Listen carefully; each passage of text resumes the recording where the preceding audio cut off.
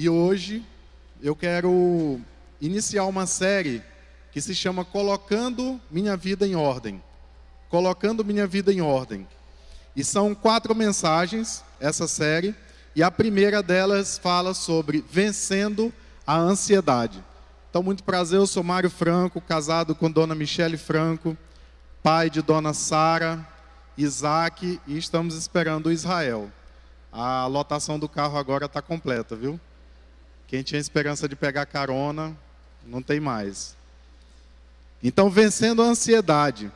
Eu quero que você repita esse versículo comigo, que é Mateus, capítulo 6, versículo 25. Para a gente...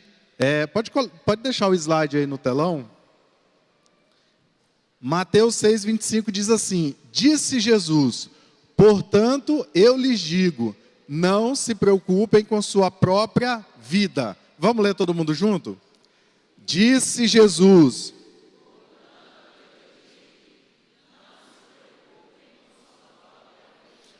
Como o maior líder da história pode falar sobre você não se preocupar com algo que é peculiar a você mesmo?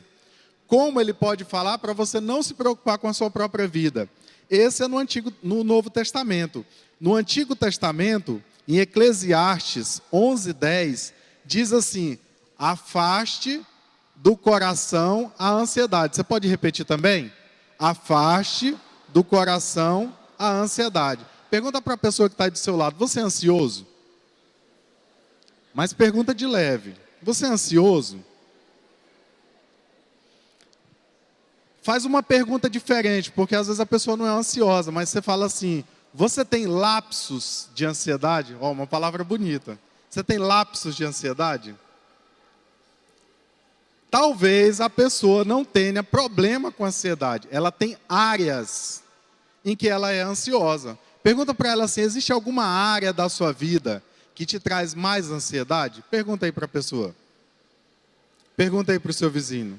Existem áreas da sua vida que te trazem ansiedade? O que nós precisamos entender é que Deus deseja que sua vida esteja em ordem, limpa e organizada. Deus é um Deus organizado. Deus é um Deus que gosta de organização.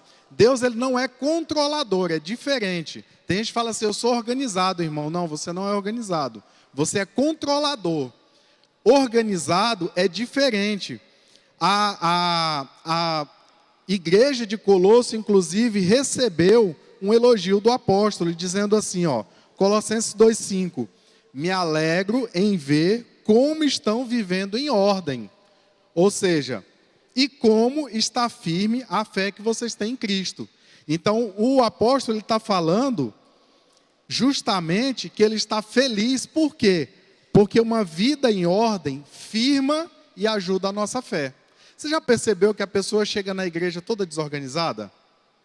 Eu não sei vocês, talvez só aconteça em outras igrejas, mas eu cheguei na igreja, eu estava bastante desorganizado. Eu tinha 17 anos de idade, dava muito trabalho para minha mãe, quase me pego na briga com meu irmão em um dia, e foi desse jeito que eu vim, cheio de problema, cheio de ferida na alma, sem dinheiro, e com a vida toda desorganizada. E é interessante que Deus é um Deus tão organizado que Ele consegue nos passar a organização dEle. E nós não poderíamos estar numa época melhor para falar de organização do que o início do ano. Inclusive, tem gente que fala assim: eu vou começar a dieta no ano novo. Ano que vem eu faço uma dieta, não é assim? Aí tem gente que fala assim: não, eu vou começar a dieta. Que dia que é o dia da dieta? Segunda-feira. Aí a pessoa fica tentando encaixar uma segunda-feira e não consegue. Só que ela fala assim: dia certo de começar a dieta é dia 1º. Cara, esse ano, a segunda-feira, dia 1º, caiu no dia 1º de janeiro. Deu certinho. E aí, como é que está a sua dieta? Então, a nossa vida precisa estar em ordem. É impressionante como a desordem, ela atrasa a vida. Você já percebeu, do mesmo jeito que quando a pessoa entra na igreja desorganizada, quando ela sai, geralmente a vida dela fica desorganizada? Você já parou para pensar nisso? Por que a pessoa não fala assim, não, eu discordo da igreja, eu vou embora, eu não gosto mais, e continua a vida normal? Não é assim. Ela começa uma desorganização, e o que gera isso? Coisinhas pequenas às grandes. Gavetas desorganizadas atrapalham a vida das secretárias, mesa desorganizada gera estresse, trânsito desorganizado provoca caos, cozinha desorganizada, as cozinheiras não sabem o que fazer, dívidas. Um vendedor um dia disse assim, se eu chegar numa casa e eu ver tudo desorganizado, eu não quero vender a prazo para essa pessoa. Porque se a casa dela é desse jeito, imagina as contas, como serão. Hospitais desorganizados levam à morte dos pacientes. Então, só me leva a crer que pessoas desorganizadas geram vidas desorganizadas. Então, talvez você fale assim, eu sou organizado. Não é o falar, é como é a sua vida. Porque se você tem a cabeça desorganizada, sua vida é desorganizada. Só que a desorganização, ela tem um preço. Qual é o preço? Perda, tristeza, ira, conflito, doença, improdutividade e aborrecimento. Por que tantas pessoas continuam com suas vidas tão desorganizadas? A pergunta basicamente é essa. A pessoa vive com relacionamento em desordem, ela vive com amizades rasas, ela vive com coração desequilibrado. E o mais interessante, você enxerga no rosto da pessoa. Você não consegue ver uma pessoa desorganizada e você acha ela organizada. Então tenha certeza de que este não é o plano de Deus para nossas vidas. Então qual é? Deus deseja que sua vida esteja em ordem e firme em Cristo. Eu quero que você faça uma declaração comigo. Diga assim, eu declaro... Não, acho que vocês não entenderam. Vamos ficar em pé? Só uma vezinha aí. Fica em pé.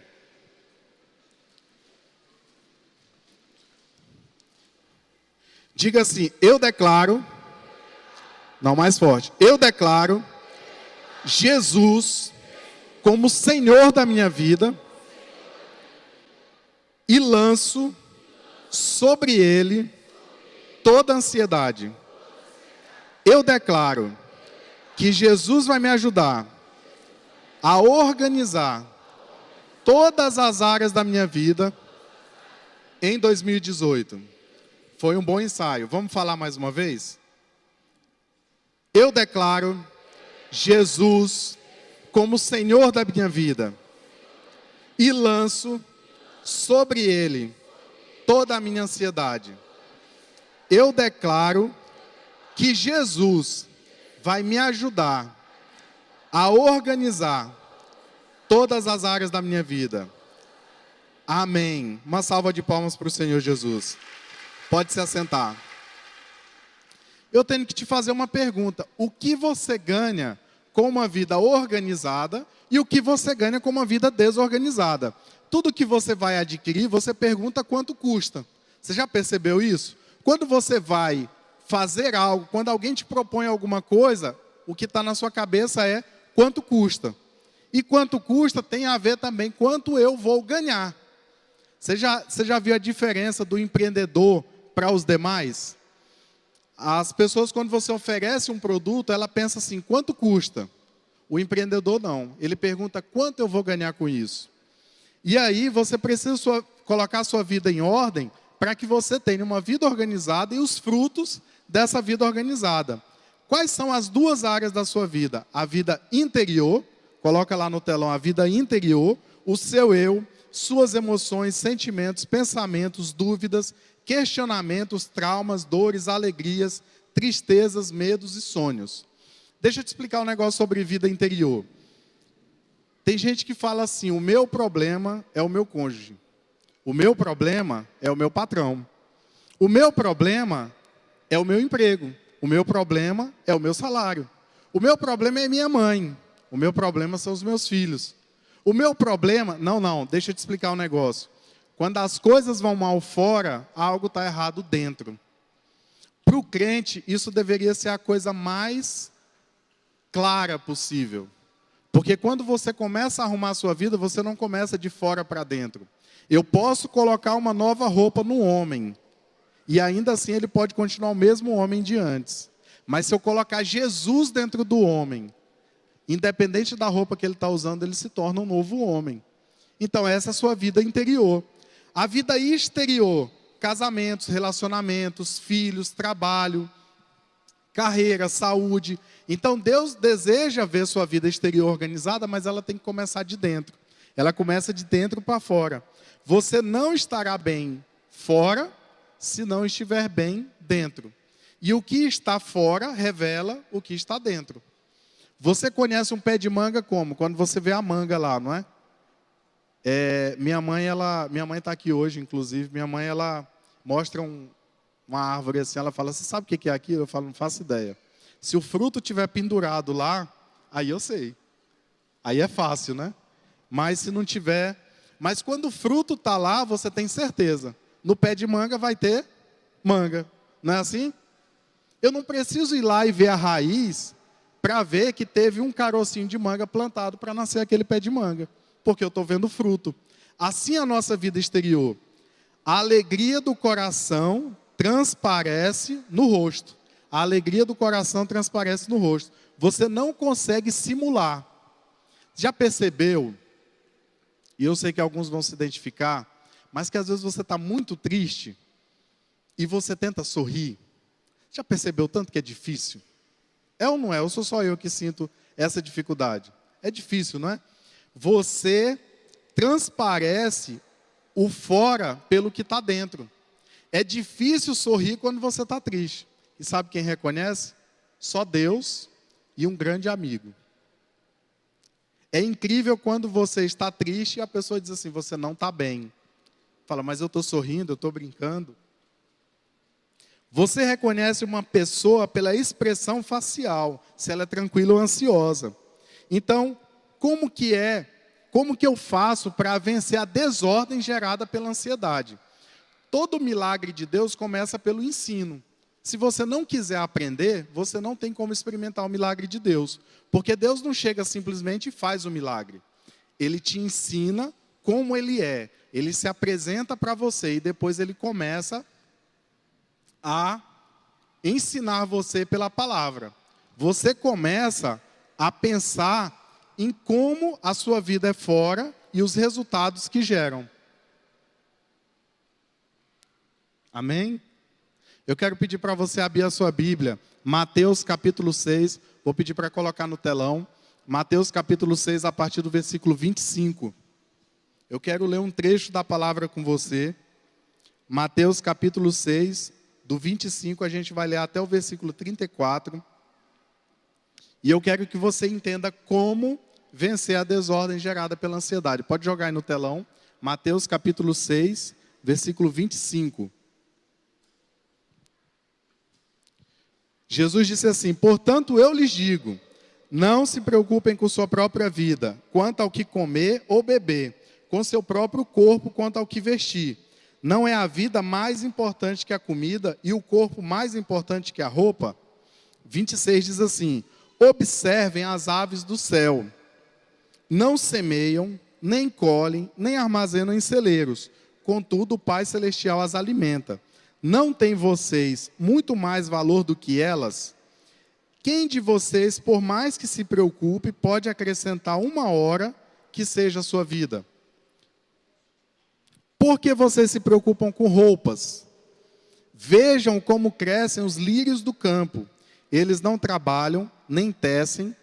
Contudo, eu lhes digo que nem mesmo Salomão, em todo o seu esplendor, vestiu-se como um deles. Se Deus veste assim a erva do campo, que hoje existe e amanhã é lançada ao fogo, não vestirá muito mais a vocês, homens de pequena fé. Portanto, não se preocupem dizendo, que vamos comer, ou que vamos beber, que vamos vestir, pois os pagãos é que correm atrás dessas coisas. Mas o Pai Celestial sabe que vocês precisam delas. Busquem, pois, em primeiro lugar o reino de Deus e a sua justiça. E todas essas coisas lhes serão acrescentadas. Portanto, não se preocupem com o amanhã, pois o amanhã trará as suas próprias preocupações. Basta cada dia o seu mal. Eu quero fazer algumas considerações desse texto, e uma delas é que Deus não usa elementos espirituais no texto. Você já percebeu? ele não está falando aqui que quem ora mais ou quem ora menos, ou quem faz isso na igreja ou quem não faz. Não é isso que ele está dizendo. Ele está falando sobre a atitude que você tem de confiança com relação ao Deus que você serve. Então, vamos pensar na desordem que a ansiedade gera na minha vida. A preocupação excessiva, ou seja, a ansiedade, ela é uma das piores enfermidades. O que ela causa? Dor de estômago, gastrite, úlcera, calvície, desequilíbrio hormonal, alteração, noites mal dormidas, humor. Você consegue perceber a pessoa ansiosa. A ansiedade rouba a paz prometida por Deus no meio da tormenta. Deixa eu te explicar um negócio. Quando você está feliz, Deus está contigo. Mas quando você está triste, Deus está contigo. Quando você está cheio da grana, Deus está contigo. Quando você está quebrado, Deus também está contigo. Quando você está saudável, Deus está contigo. E quando você está doente, Deus também está contigo. Mas tem uma coisa que retira essa sensação, ou melhor, eu deixo de perceber a presença de Deus. Chama-se ansiedade. Por isso, esse estudo de hoje, para você entender. Eu quero destacar três características da ansiedade. Primeiro, a ansiedade ela é incoerente. Não faz sentido ter ansiedade. Por quê? Você pode ler aí para mim, portanto, versículo 26, não é isso? Portanto, eu lhes digo, podem ler comigo? Não se preocupem.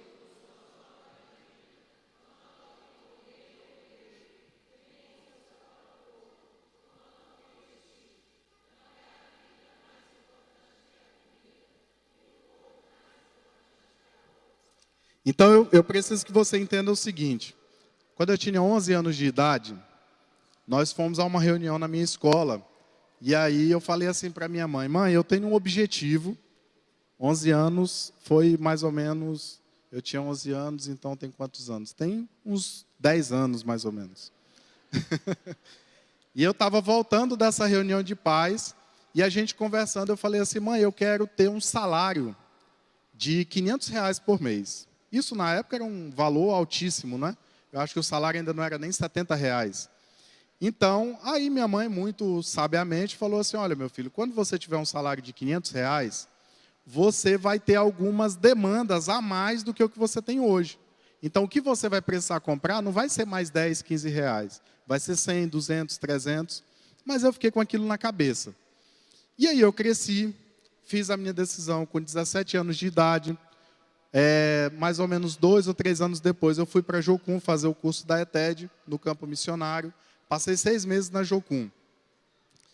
E aí, nos primeiros 3 meses, eu atrasei todas as parcelas. Eu falei assim, não pode ser que Deus me chamou, porque não está dando certo. Mas eu continuei. E aí, eu fui dispensado da escola, porque eu não tinha condições de pagar e eu não podia ir para o prático, que eram mais 2 meses. E aí, tinha um porém, eu desisti muito fácil. Falei, é fácil. Eu estudei os 3 meses, agora eu vou embora para casa e pronto, acabou a história. Só tinha um porém, eu não tinha dinheiro para voltar para casa. Então, isso dificultou esse meu planejamento mal feito. E lá na Jocum de Goiânia tem uma mata, que é onde a gente ora. E foi sexta-feira de manhã e eu falei assim, nem que eu passe o fim de semana inteiro, mas eu só saio daqui com uma resposta de Deus. Até porque eu não tinha como sair de lá, então só podia ser desse jeito mesmo. E aí, eu passei aquela manhã em oração. Eu confessei tudo quanto era pecado que eu achava que tinha, os que eu achava que eu não tinha. Tudo enquanto que eu podia falar. E aí, Deus providenciou o pagamento, pagou as minhas parcelas todas. Alguém foi lá e acertou por mim. E eu fui para o prático. Passei 2 meses, o que acontece depois de 2 meses? As mensalidades continuavam atrasadas. 2 meses de atraso. Eu devia R$ 720 na instituição e eu precisava pagar para me formar. O que aconteceu? Nós estávamos em Vila Rica, no Mato Grosso. Nós fomos para uma cidade do interior do Goiás e depois fomos para Vila Rica. Em Vila Rica, nós compartilhamos com a igreja essa necessidade. Dos 8 irmãos que estavam ali em missão, 7 estavam devendo. E aí eu devia 720. E um detalhe que eu não contei é que antes de ir para o campo missionário, meu último salário tinha sido R$ 470. Eu quase cheguei na minha meta de 500. E aí, quando eu estou lá em Vila Rica, no Mato Grosso, e com aquela dívida, eu já estava mais despreocupado, porque eu tinha tido uma experiência de Deus na minha vida. Eu fui na casa de um irmão, ele falou, eu vou lhe dar R$ 220. Então, vai para abater na sua dívida. E vou dar 210 para a Ludmila, que era uma amiga minha. E aí, a gente foi na casa dele na segunda pela manhã, ele pediu para o filho dele buscar, ele me entregou 22 notas de R$ 10, e eu estou lá com o dinheiro, coloquei no bolso e ficamos por lá. Quando o senhor levantou, o filho dele perguntou assim, quanto que o papai te deu? Eu falei 220. Ele falou, falta quanto? Eu falei, falta 500. Aí ele puxou R$ 300 e foi me entregar. Quando eu vou pegar da mão dele, o Espírito Santo fala, o que você não... Eu totalizei, bom de matemática, não precisa nem muito, né? 220 mais 300, 520. Aí o Espírito Santo fala assim, o que você não consegue em um mês, eu posso te dar em um dia. Porque eu sou o dono do ouro e da prata, e sou o seu pai. Você entende que a incoerência da ansiedade é porque falta experiência com Deus. Como será a relação com o dinheiro depois disso? Então, se Deus não atender a oração de quem confia nele, esse homem que confia em Deus e ora e não é atendido, ele se torna o mais famoso do mundo. Ele vai ser o único homem na Bíblia, de toda a história, que confiou em Deus e Deus o deixou. Seria o homem mais famoso de toda a história, da face da terra, porque ele confiou em Deus e Deus o abandonou. Não tem como você confiar em Deus e não ser livre da ansiedade.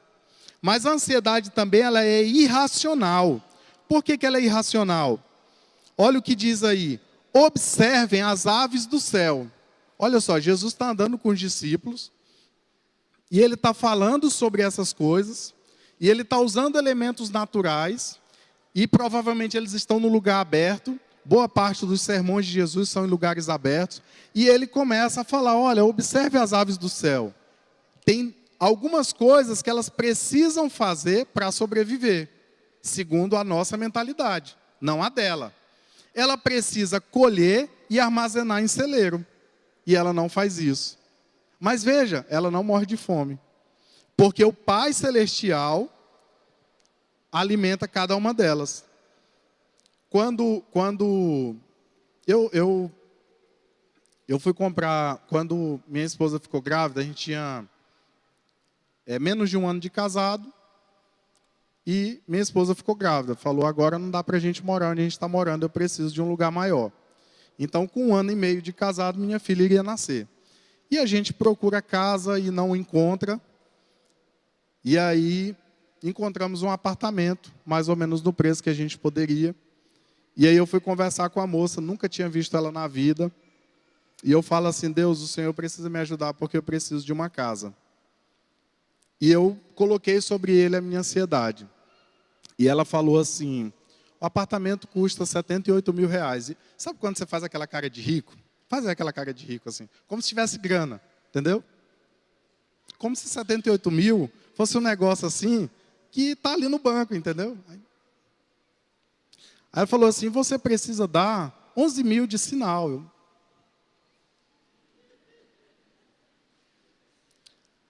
Aí eu falei assim, aceita 3 mil? Aí ela riu, e eu ri também, que eu não tinha nem 11 nem 3.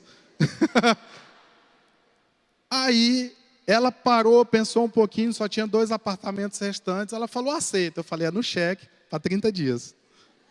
Aí ela riu mais ainda, não sei por quê. As pessoas riem de coisas sérias, entendeu? Então a preocupação, ela vai além da razão espiritual. Detalhe, eu consegui comprar um apartamento, moro lá até hoje, tá? A ansiedade, ela é ineficiente. Por que ela é ineficiente? Olha o que diz. Quem de vocês, por mais que se preocupe, pode acrescentar 1 hora que seja à sua vida? O que adianta você ficar preocupado? Do que adianta você ficar perdendo os cabelos? Quando eu fui fazer o meu treinamento do Instituto Haggai, foi em 2010. E aí, Sara resolveu nascer um pouco antes.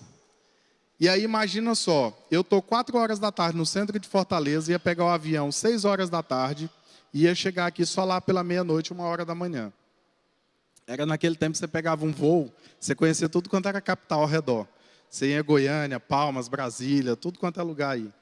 E aí, 4 horas da tarde, minha esposa me liga e fala assim, eu vim aqui, as coisas estão tudo lá na casa da minha mãe, em outra cidade, meus pais estão aqui só com a roupa do corpo, e a médica falou que o parto vai ser hoje. E vai ser 6 horas da tarde. Você entende que Deus, Ele coloca isso para Ele ensinar você, não tinha nada que eu pudesse fazer. Eu não podia me teletransportar de lá para cá. Não tinha como eu vir mais rápido. Era no mesmo dia. Então eu pego o avião 6 horas da tarde no aeroporto de Fortaleza. Eu acho que eu pousei em Brasília, Goiânia, Confins, eu pousei em tudo quanto é lugar que tinha para pousar.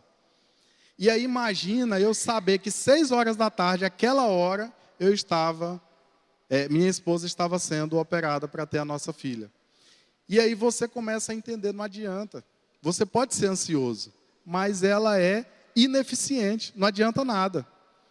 E para completar, de Brasília para cá, que foi a última escala, senta uma moça ao meu lado e senta um rapaz do lado de lá. A moça tinha 14 anos de idade.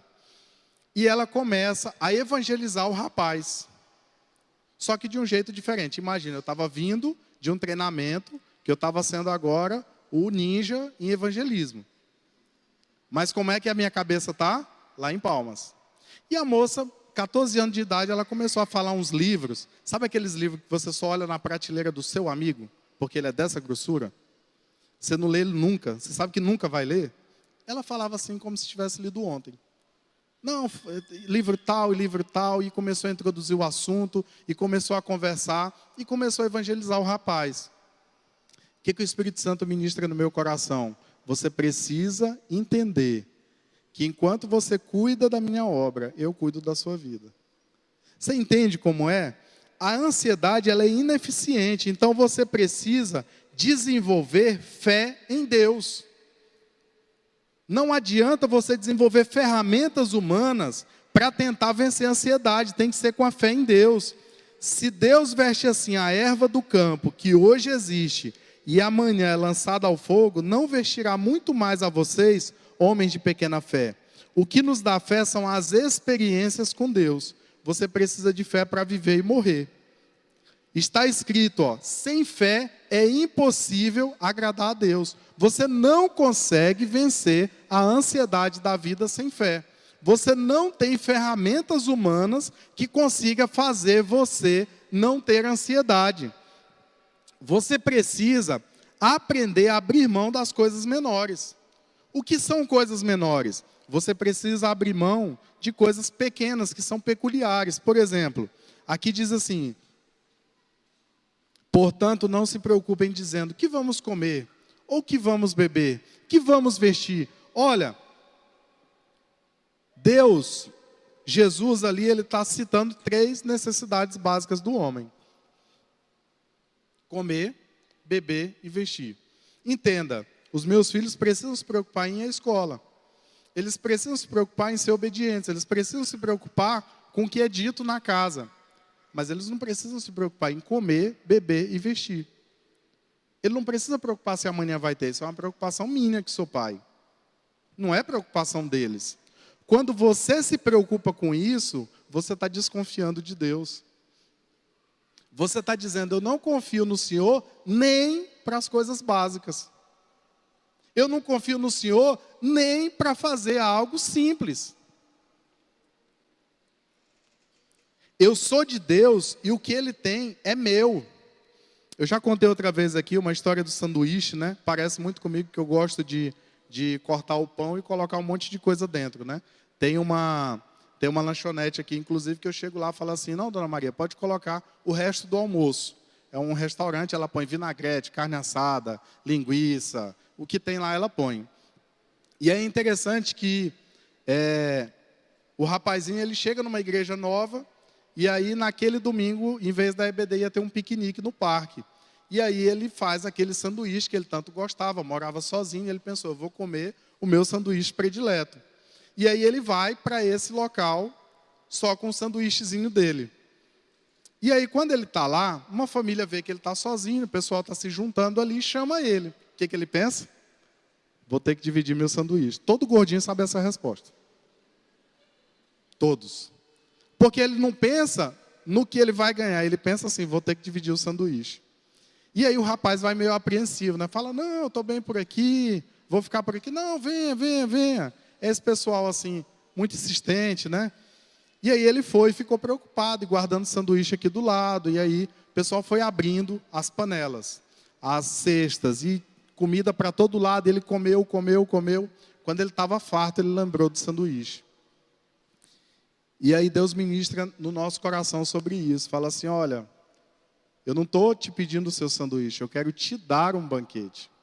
Quando você confia em mim, eu não estou querendo o que você tem. Eu quero dar o que eu tenho.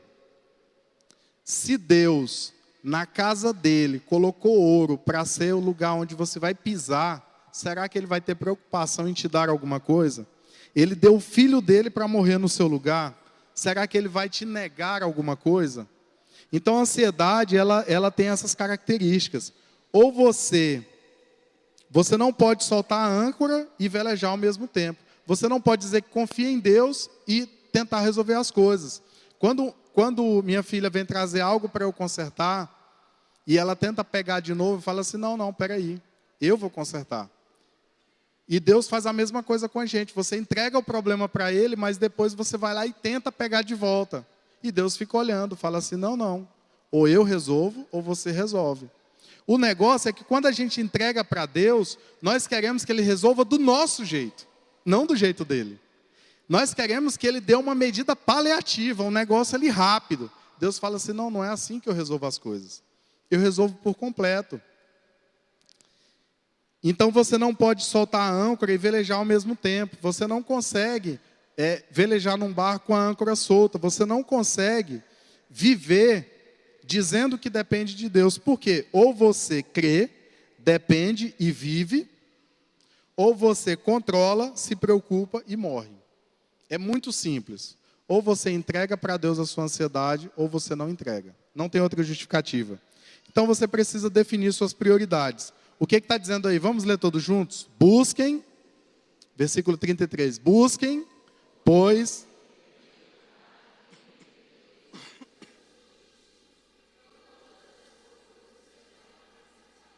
Então ele está dizendo o seguinte, a primeira coisa que você precisa fazer é entender que eu sou o pai, que eu sou o cuidador, que sou eu o responsável. Depois a gente ajeita as outras coisas. Você não precisa ser crente para ter necessidade. Necessidade todo mundo tem. E as necessidades, elas geram prioridades. Quais são as prioridades? Saúde, família, emprego, conforto, segurança. E você pode acrescentar um monte de coisas nessa lista. Então, todas as coisas na sua vida têm valor. Todas elas. Porém, elas têm mais valor na mão de Deus. O que pode dar mais certo? A sua vida na sua mão ou a sua vida na mão de Deus? Você precisa viver o hoje e não se estressar com o amanhã.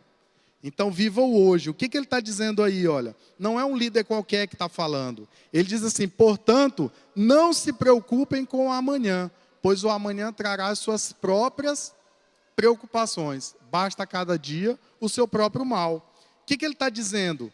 Jesus, o líder maior, o líder exemplar, o líder que falou, ele está dizendo o seguinte, não se preocupe com a sua própria vida. Não está no texto, eu estou dizendo, a minha interpretação é, eu me preocupo com a sua vida. Posso ouvir um amém? Você entende que Deus está falando assim, olha, não se preocupem com a sua própria vida, com o que você vai comer, com o que você vai beber, com o que você vai vestir, onde é que você vai morar. Preocupe-se comigo e eu me preocupo com você. Deus está sendo muito claro, Ele não é irresponsável de dizer assim, seja irresponsável e não organize sua vida. Não é isso que Ele está dizendo. Ele está dizendo que Ele se preocupa com você, que é Ele que cuida de você, que é Ele o seu sustento, Ele é o seu mantenedor, Ele é aquele que enquanto você dorme, Ele faz por você, Ele é aquele que trabalha quando você espera nele. Tem gente que critica, mas olha, eu vou te falar um negócio, tem hora que você tem que trabalhar muito. É difícil ver um pai de família sustentar a casa sem suar. Tem que suar muito. Mas sabia que tem momento que você deveria, ou que você deve, porque eu já fiz isso, não é uma lei, não é uma ordem.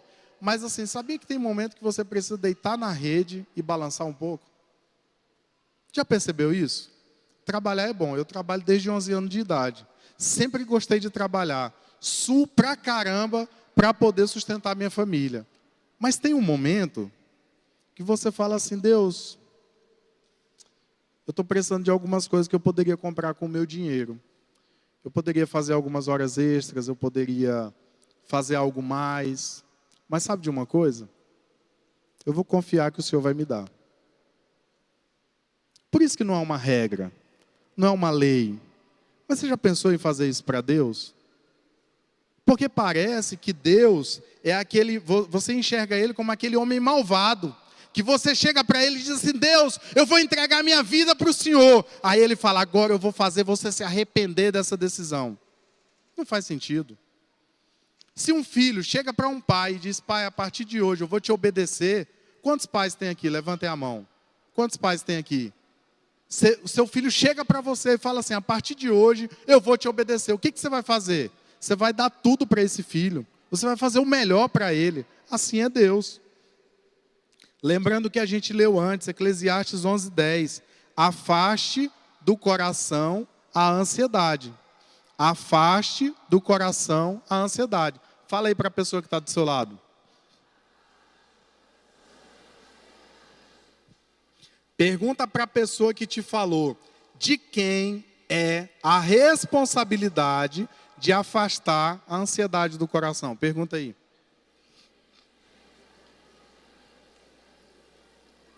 Agora, responde.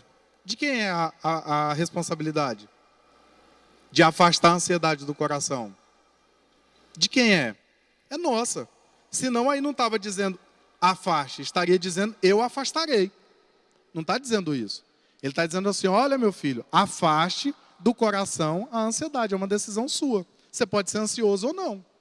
Meu filho, você vai para uma fila. Eu odeio fila. Gente, eu descobri o que o palmeirense faz sábado à noite. Ele vai para o extra. Eu nunca vi tanta fila. Quando tinha mercado 24 horas aqui, eu fazia compra 2 horas da manhã. Solteiro, né? Porque agora a mulher não deixa eu sair assim, qualquer hora. Mas porque eu odeio fila. Mas deixa eu te contar um negócio. Seja você ansioso ou não, a fila vai andar do mesmo jeito. Você já percebeu? Você tem uma decisão a tomar. Ou você fica nervoso com a moça do caixa, com o cara do lado, com o outro que deixou o carrinho e foi pegar todos os problemas do supermercado, eu sei. Está tudo registrado. De vez em quando tem que fazer um limpo aqui assim no coração. Você entende? Viver ansioso é uma decisão sua. E isso não muda a circunstância ao seu redor. Redentor deles é forte. Senhor dos exércitos é o seu nome. Ele mesmo defenderá a causa deles e trará descanso à terra. De quem é a responsabilidade? Pergunta aí para a pessoa. De quem é a responsabilidade de defender os crentes? Fala aí, pergunta aí. De quem é a responsabilidade? Deus, o Senhor dos exércitos. Você precisa entender. Eu estou te falando isso porque assim, quando eu casei, eu morava numa kitnet que ela meio que não tinha dono. Você ia lá na imobiliária, eles não sabiam. O boleto chegava. Caso você esteja perguntando isso, todo mês o boleto chegava para pagar o aluguel. Mas eu não conseguia saber quem era o dono. E a porta da frente da minha kitnet, o que seria um portão, né? Ela não funcionava, ela ficava aberta. Então imagina, eu tiro minha esposa de dentro da casa do pai dela, coloco num lugar que eu não consigo nem fechar. Era horrível. Imagina a ansiedade que gera no coração. E o início do casamento foi com esse medo.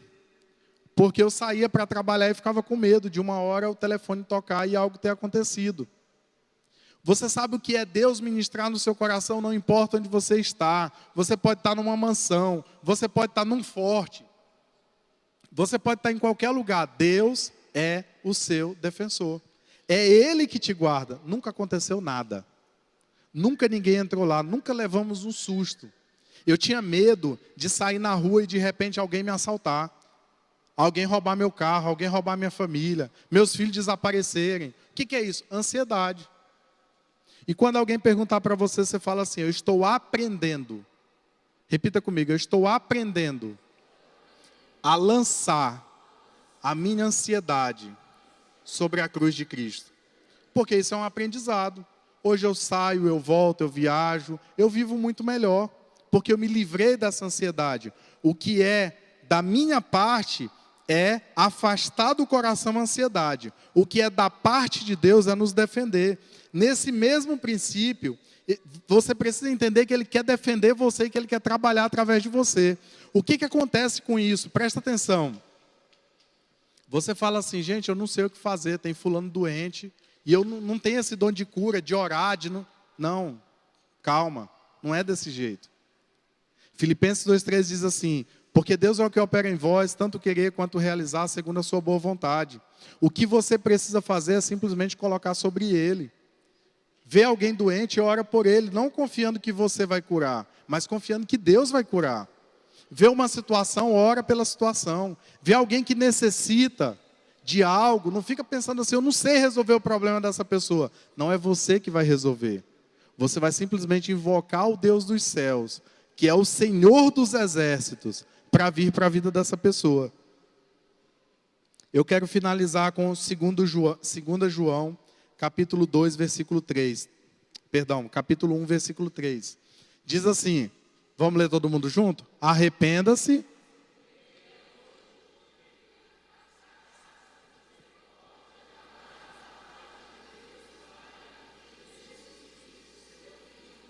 Estarão convosco em verdade e em amor,